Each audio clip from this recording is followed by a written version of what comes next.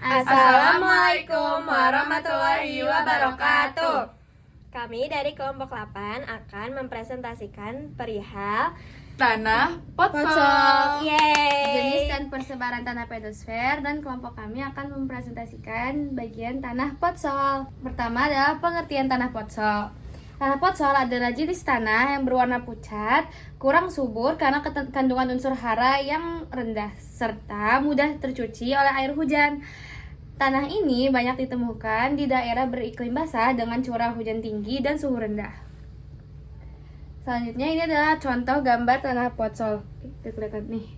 Selanjutnya adalah karakteristik utama, yaitu memiliki kandungan pasir kuarsa yang tinggi dan tekstur dari lempung hingga berpasir. Yang kedua, warna tanah pucat.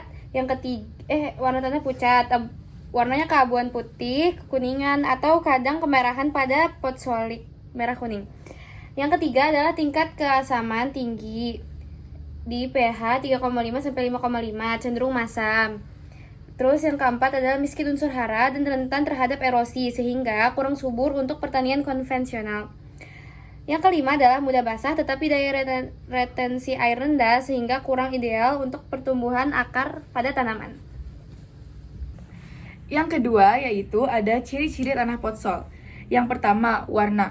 Umumnya memiliki horizon abu-abu pucat di lapisan atas atau horizon eluviasi dan lapisan bawah yang lebih gelap atau horizon iluviasi. Akibat akumulasi bahan organik, besi, dan juga aluminium. Yang kedua, pH asam. pH tanah Potsol biasanya rendah di antara 4 sampai 5 pH karena pencucian mineral biasa. Yang ketiga adalah lapisan horizon yang jelas. Yang pertama, horizon O. Bahan organik, daun, dan serasa.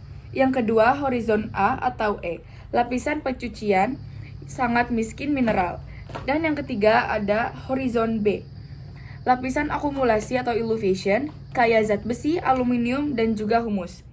Yang keempat, tekstur cenderung berpasir. Dengan drainase yang baik tapi miskin nutrisi.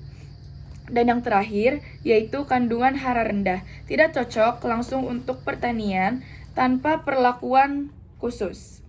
Selanjutnya adalah pemanfaatan tanah Potsol. Pertama adalah sebagai pertanian palawija, tapi kurang optimal, hasil rendah tanpa tambahan pupuk organik. Dan yang selanjutnya adalah sebagai untuk manfaat perkebunan, seperti tumbuhan jambu mete, kelapa sawit, lada, dan karet. Penanaman pohon besar untuk konservasi dan hutan produksi, kadang juga digunakan untuk padang rumput atau belukar.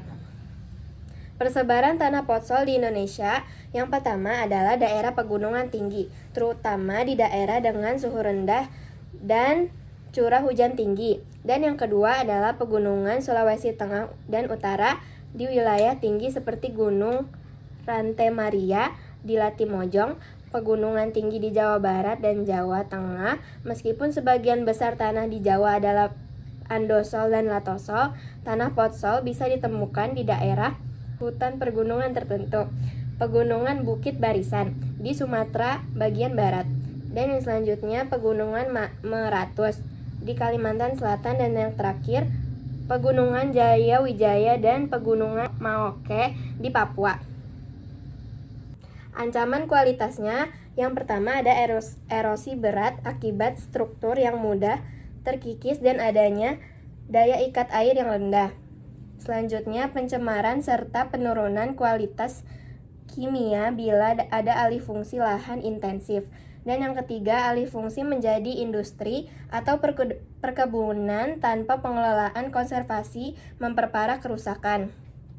Dan yang terakhir adalah penurunan kandungan organik akibat pengolahan intensif dan berulang. Sekian dari kami. Wassalamualaikum warahmatullahi wabarakatuh. Sarangnya Bu Rita.